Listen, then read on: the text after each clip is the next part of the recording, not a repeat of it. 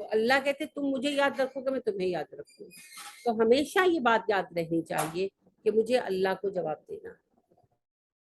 یہی فکر ایک بندے کو بہترین مومن بناتی ہے. یہی فکر وشکروری میرا شکر کرو ولا تکفرونی اور تم میری ناشکری نہ کرو. میری شکر گزاری کرو اور میری ناشکری نہ کرو. شکر کا کیا مطلب ہے؟ شکر کا مطلب ہے کسی کے کام کو تسلیم کر لینا، قدر کرنا. لفظی مطلب اس کا ہوگا قدر دانی. عربی میں شکر ایسی گائے کو کہتے ہیں جو کم چارہ کھا کر بھی پورا دودھ دیتی. تو اللہ سبحانہ و تعالی کی نعمتوں کی قدر کرنا. اب نعمتوں کی قدر کا ایک مرحلہ تو یہ ہے کہ ہم ایڈمٹ کریں کہ ہمارے پاس نعمتیں. آپ دیکھیں نا ہمارے پاس کتنا کچھ ہے مگر پھر بھی ہمارا مزاج بچوں والا ہے. ہر کوئی روتا ہے سارے کوئی کچھ ہے ہی نہیں.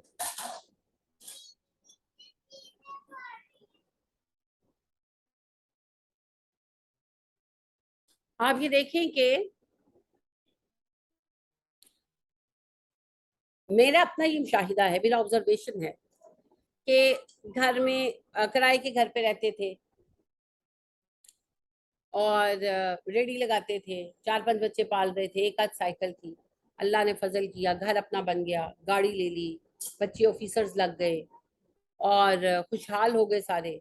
اس کے باوجود رونا کیا ہے؟ پاکستان تو کچھ بھی نہیں ہے نا. یہ میز پہ بیٹھے ہیں، کھانے چنے ہوئے ہیں 4-4 5-5، بہترین کپڑے پہنے ہوئے ہیں، گھر کے باہر مہمانوں کی گاڑیاں کھڑی ہیں، اپنی بھی کھڑی ہے، اور بیٹھ کے ٹیبل پر ڈسکشن کیا پاکستان کا کوئی مستقبل ہے، پاکستان میں کچھ نہیں رکھا. یہی سوچ ہے نا. کیا ہے یہ؟ نہ شکریہ اللہ کا، نہ شکریہ، شدید نہ شکر گزار. سوچے کہ اللہ نے آپ کو کہاں سے کہاں پہنچایا. اور یہ ایک گھر کی نہیں، ہر گھر کی کہانی. ہر اگلے دن کے ساتھ ہم مالی اعتبار سے بہتر ہوتے ہیں مگر ہم کہتے ہیں نہیں، ہے ہی کچھ نہیں، ہمارے پاس تو ہے ہی کچھ نہیں. روتے رہتے ہیں. جس کے پاس کوئی ایک چیز نہیں ہے وہ اسی کو لے کے روتا رہتا. انتہا یہ ہے کہ سب کچھ ہے، ایک رنگ گہرا ہے تو وہی غم لگا ہوا ہے، اللہ نے مجھے کالا پیدا کر دیا. کسی کے بال چھوٹے ہیں تو وہ غم زدہ ہے، کسی کے بال سیدھے ہیں تو اس کو دکھ ہے، کسی کے گنگریالے ہیں تو وہ رو رہا ہے نا. کوئی بھی خوش نہیں. وجہ کیا ہے؟ نا شکری. نبی کریم صلی اللہ علیہ وسلم فرماتے ہیں جس نے اس حال میں صبح کی کہ اس کے پاس صحت ہے اور اس دن کے 2 وقت کا کھانا ہے، اس کے لیے ساری دنیا جمع کرتی ہے. تو ہم تو مہینے بھر کا لا کے رکھتے ہے نا. اور ہر چیز ہے ہمارے پاس افراد کے ساتھ، مگر پھر بھی ہمیں یہ لگتا ہے ہمارے پاس کچھ نہیں ہے. دوسرے کے پاس جو ہے بس وہ بہت اچھا ہے. بچے بھی دوسرے کے اچھے ہیں، بہو بھی دوسرے کی اچھی ہے، گھر بھی دوسرے کا اچھا ہے، کپڑے بھی دوسرے کے اچھے ہیں. سب کے پاس جو ہے بہت اچھا ہے اور سب کے پاس کوئی نہ کوئی آزمائش ہے. کیونکہ دنیا امتحان گاہ ہے. دنیا جنت تو ہے نہیں کہ سب کچھ سیٹ ہو جائے گا، کوئی نہ کوئی کمی زندگی میں رہے گی. اسی وجہ سے ہمیں ان نعمتوں کا شکر ادا کرنا چاہیے جو اللہ نے دی. تو سب سے پہلے تو زبان سے ایڈمٹ کرنا کہ الحمدللہ ہمیں نعمت ملی. پھر ان نعمتوں کو استعمال بھی کرنا، کیونکہ نبی کریم صلی اللہ علیہ وسلم نے فرمایا اللہ پسند فرماتے ہیں کہ اللہ کی دی ہوئی نعمتوں کا اثر انسان پر نظر آئے. یعنی اگر اچھے کپڑے ہیں تو پہنے، یہ کیا فقیر بن کے پھرتے رہنا. اگر آپ کے پاس میک اپ کا سامان ہے تو تیار ہو، کیوں نہ ہو. نبی اکرم صلی اللہ علیہ وسلم نے خود کہا کہ بند صبر کر رہا کرو، اللہ نے بال دیے تو سوار کے رکھا کرو، بال بکھرا کے رکھنا شیاطین کا کام. تو صاف ستھرا رہنا، خوبصورت رہنا، گھر کو اپنے صاف ستھرا رکھنا، ضرورت کی چیز گھر میں رکھنا اپنی حیثیت کے مطابق، یہ بالکل درست ہے اور ایسا ہونا چاہیے. تو نعمت کا اظہار، تو نعمت کا اظہار یوں تھوڑی ہوگا کہ میں کوئی آئے تو میں کہوں کہ میرے پاس اتنے جوڑے پڑے ہیں، میرے پاس اتنے جوتے پڑے. نعمت کا اظہار ہوگا میرے پہننے اوڑھنے سے، میرے گھر سے. تو جو اللہ نے دے رکھا ہے اس کے مطابق آپ اپنے اوپر خرچ کریں، کوئی اعتراض نہیں ہے اللہ کو. یہ شکر کی دوسری شکل ہے. اور تیسری شکل یہ ہے کہ نعمت کا درست استعمال کیا جائے. جس چیز کی ہم قدر کرتے ہیں اسے سنبھال کے استعمال کرتے ہیں نا، کیونکہ شکر کا لفظی مطلب میں نے آپ سے کہا قدردانی ہے. تو جس چیز کی ہم قدر کرتے ہیں اسے سنبھال کے استعمال کرتے ہیں، ہے نا. جیسے ہم لوگ منرل واٹر خریدتے ہیں تو پھر ہم اس پانی کو برتن دھونے کے لیے استعمال نہیں کرتے،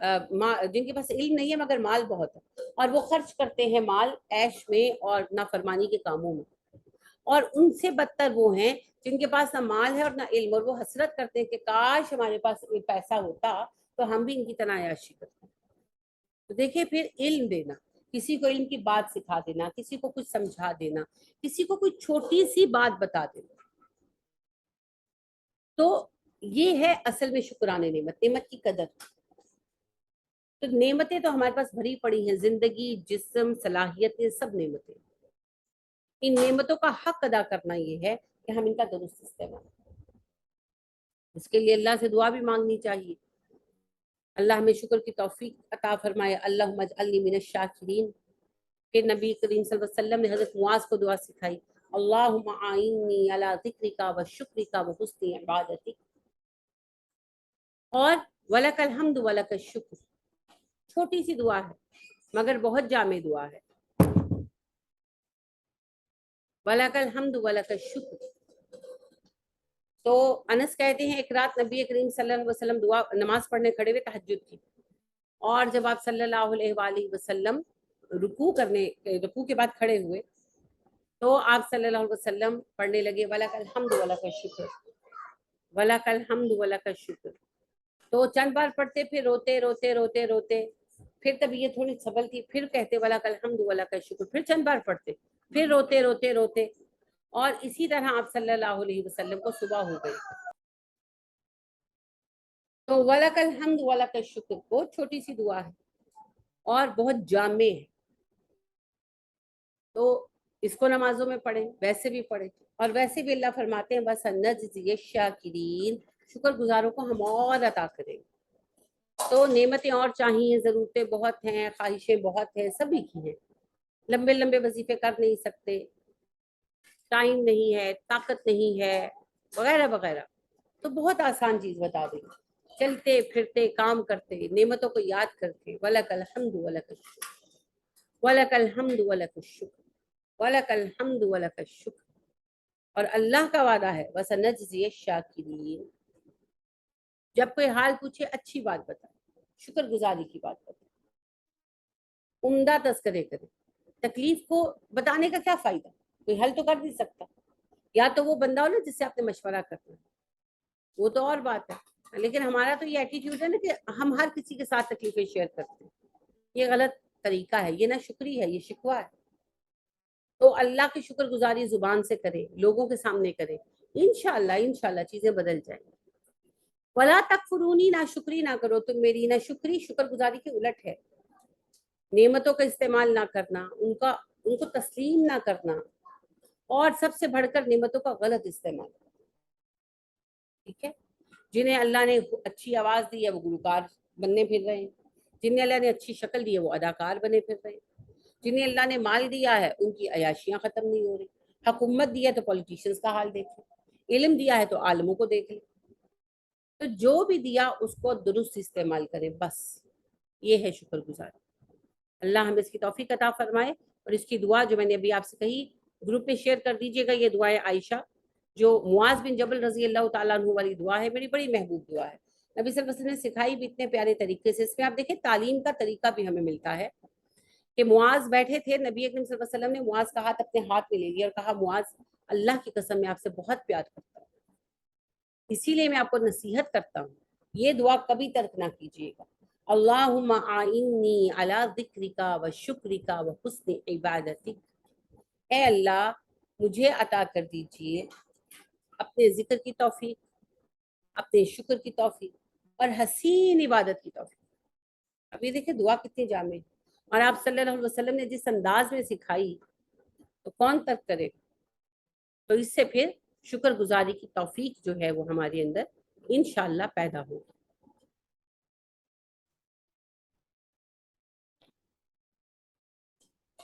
یا ایھا الذین آمنوا، اے ایمان والو، استعینوا تم مدد مانگو، بالصبر صبر سے، والصلاۃ نماز سے۔ آپ دیکھیں یہود کو بھی اللہ نے نصیحت کی تھی نا، اللہ نے کہا کہ تم لوگوں میں منافقت بہت ہے، تم لوگ منافق ہو،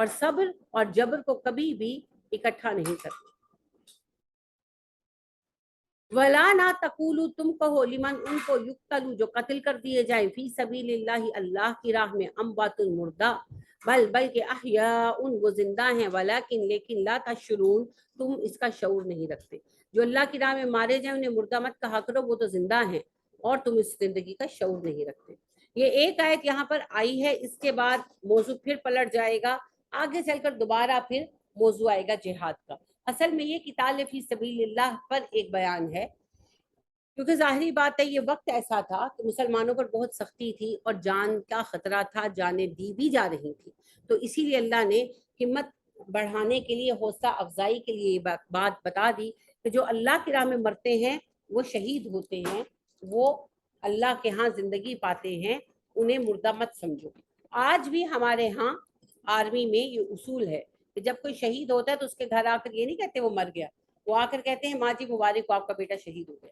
آج بھی آرمی میں یہ اصول ہے، کیونکہ شہادت خوشی کی بات ہے. شہید کہتے ہیں گواہ کو. اس سے مراد یہ ہے کہ ایک بندہ مسلمان ہوا اور اس نے اسلام کے لیے کام کرتے ہوئے جان دے دی، اسلام کی حقانیت کی شہادت دیتے دیتے وہ مر گیا. اس کا سٹیٹس انبیاء اور صدیقین کے بعد سب سے بڑا. لہٰذا اللہ سبحانہ و تعالیٰ نے بتایا، یہ وقت میں نے کہا نا بہت ٹف تھا، اتنا ٹارچر کیا جا رہا تھا مسلمانوں کو مکہ میں، وہاں سے ہجرت کر کے مدینہ آئے تو حملے شروع ہو گئے، تو اکا دکا مسلمان تو نکل ہی نہیں سکتا تھا، مارے جاتے تھے، اور بعد میں کہتے کہ بھئی کیا پتا کس نے مار دیا، اور مدینہ پر حملے بھی شروع ہو چکے تھے. تو اللہ نے پھر یہاں پر یہ مختصر بات فرما دی کہ اللہ کی راہ میں جان دینے والے عام لوگوں کی طرح نہیں ہے، وہ مر نہیں گئے، اللہ کے ہاں زندہ ہیں، تمہیں اس زندگی کا شعور نہیں ہے. اب یہ زندگی یاد رکھیں، اللہ سبحانہ و تعالی ہمیں موٹیویٹ کرنے کے لیے، انکریج کرنے کے لیے ذکر کر رہے ہیں.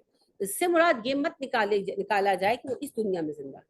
جیسے ہمارے یہاں توہم پائے جاتے ہیں نا کہ جی اس گھر میں شہیدوں کا پھیرا ہے، گھروں میں وہ چراغ جلاتے ہیں اور موم بتیاں جلاتے ہیں. اچھا جی کوئی کہتی ہیں عورتیں کچھ مرد ہم پر جی فلاں کی روح آتی ہے، فلاں کی روح آتی ہے. نہیں، ایسا کچھ نہیں ہوتا. روحوں کی جو دنیا ہے وہ علیحدہ ہے، عالم برزخ. عالم برزخ، برزخ کہتے ہی پردے کو ہے، عربی لفظ ہے. عالم برزخ روحوں کی دنیا. جب کوئی انسان مرتا ہے چاہے وہ اچھا ہے چاہے وہ برا ہے، اس کی روح جو ہے نا وہ اللہ کے ہاں پیش کر دی جاتی ہے، فرشتے لے جاتے ہیں، پھر اس کا اس دنیا سے کوئی رابطہ کوئی تعلق نہیں ہوتا. اللہ رحم فرمائے. دعا کا ایک راستہ ہے، ہم دعا کرتے ہیں ان کو پہنچتی ہے، ان کے درجات بلند ہوتے ہیں، وہ سلسلے ہیں، مگر وہ بھی ڈائریکٹ نہیں ہے، وہ بھی اللہ کے حساب کتاب کے اندر. یعنی کہ نبی صلی اللہ علیہ وسلم فرماتے ہیں کہ کسی کا عالم برزخ میں درجہ بڑھتا ہے یا اسے کوئی نعمت ملتی ہے تو وہ کہتا ہے اللہ جی مجھے یہ نعمت کیوں ملی، یہ درجہ کیوں بڑھا؟ تو کہتے ہیں تمہارے بچوں نے تمہارے لیے فلاں ایک کام کیا، اس کی وجہ سے تمہارا درجہ بڑھا. تو وہ بھی ان سے اطلاع ملتی ہے، دنیا کے ساتھ ان کا کوئی واسطہ نہیں ہے. روحیں کوئی دنیا میں فلائی کرتی نہیں پھرتی، اڑتی نہیں پھرتی. وہ جیسے ہوتا ہے نا اونچا بورڈ لے کر بیٹھ جاتے ہیں اور وہ جی روح بلا رہے ہیں، روح آ جائے، روح چلی جائے. تو ایسے کوئی روحیں نہ آتی ہیں نہ ایسے کوئی روحیں جاتی ہیں. روح اللہ کی امانت ہے اور ملک الموت روح لے جاتے ہیں. اور پورا حدیث میں تفصیلی ذکر ہے کہ جب روح لے جائی جاتی ہے، اگر وہ نیک روح ہوتی ہے اس کے لیے آسمانوں کے دروازے کھولے جاتے ہیں اور اپنے مقام کے مطابق پہلے آسمان یا دوسرے یا تیسرے یا چوتھے یا جہاں تک اس کا مقام ہے نیکی کے اعتبار سے وہاں تک اسے لے جایا جاتا ہے. پھر اللہ اس سے کلام کرتے ہیں، اس سے بات کرتے ہیں اور پھر اسے اس کے ٹھکانے پر پہنچایا جاتا ہے علیین میں.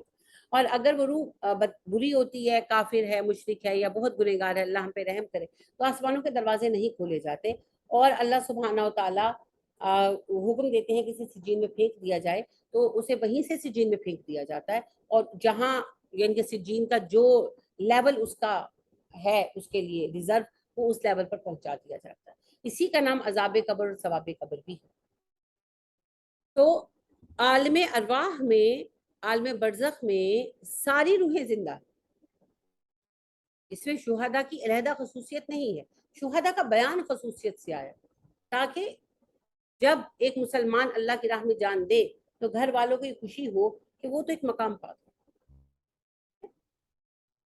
تو اس سے متعلق جو توہمات ہے وہ بیکار ہے.